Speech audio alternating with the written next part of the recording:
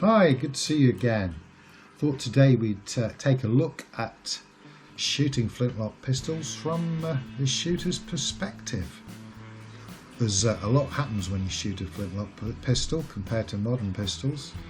An awful lot of sparks and flashes going off in front of you. Big challenge is, of course, is to keep the pistol on target for the time it takes between squeezing off the trigger and the ball leaving the end of the barrel. So let's have a look and see what's what. The gun we're shooting today is a Lepage by Pedasoli. This one's a few years old, so 1999 model, so it's seen a bit of use. It's 45 caliber and smoothbore with a single set trigger. Today we'll be shooting a 460 lead round ball with a 10th hour patch, and we're going to use 25 grains of Swiss No. 2, so that's 3F powder. Alright, the first thing we'll do, we'll take a quick look at a few shots in real time, just so you can get a feel for things.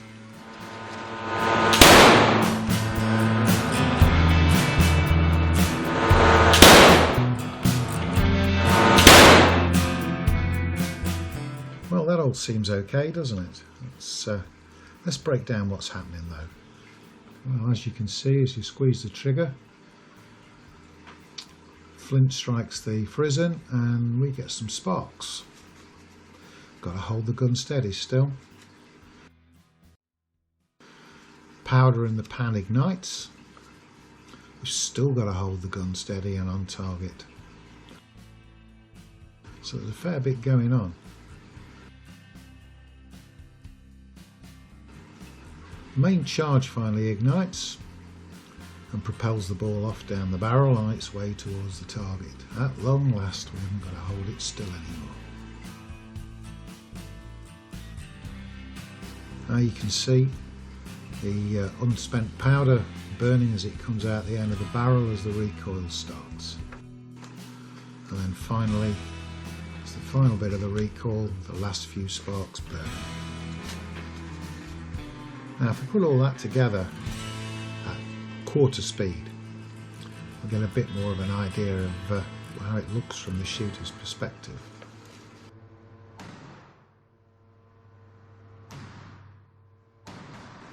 And if we have a look at that same shot again, but this time in real time, let's see how it all comes together. Well, as you can see, there's quite a lot going on there, isn't there? The time it takes between touching off the trigger and the ball actually leaving the barrel is, although it seems in real time quite quick, is actually quite slow. If we think what actually has to happen, the hammer has to fall, ignite the powder in the pan, the flash from that explosion has to go through the touch hole into the barrel before it can ignite the powder charge. Bound to be slower, isn't it? If you compare that, say, to a percussion gun, it's got one stage less, hasn't it? Because the hammer falls onto the nipple, which puts the flash straight onto the back of the powder. It's one explosion less, isn't it? And I suppose if we look at the evolution of things, when we go to a modern firearm,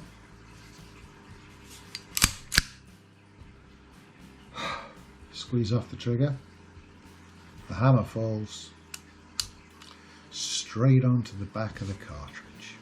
Well, the firing pin goes onto the back of the cartridge, but of course everything's got less distance to travel, everything's more instantaneous. Hence the difference between the time of squeezing the trigger and the bullet leaving the barrel is that much quicker. Let's take a look at it as a comparison. Next two shots, they're slowed down to quarter speed, just so you can get a bit more of a vision of what's going on, and we'll compare the flintlock ignition time to the next one along, the percussion pistol. So first up the flintlock. Now as a comparison, the percussion.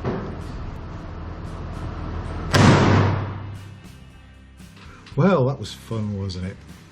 Got any thoughts on that? If you have, just drop them in the comments and we can see what everyone thinks. If you enjoyed the video, please like and subscribe, and don't forget to click the bell icon so that you're notified when I upload the next one. Anyway, thanks for watching, and we'll see you soon. Take care. Bye.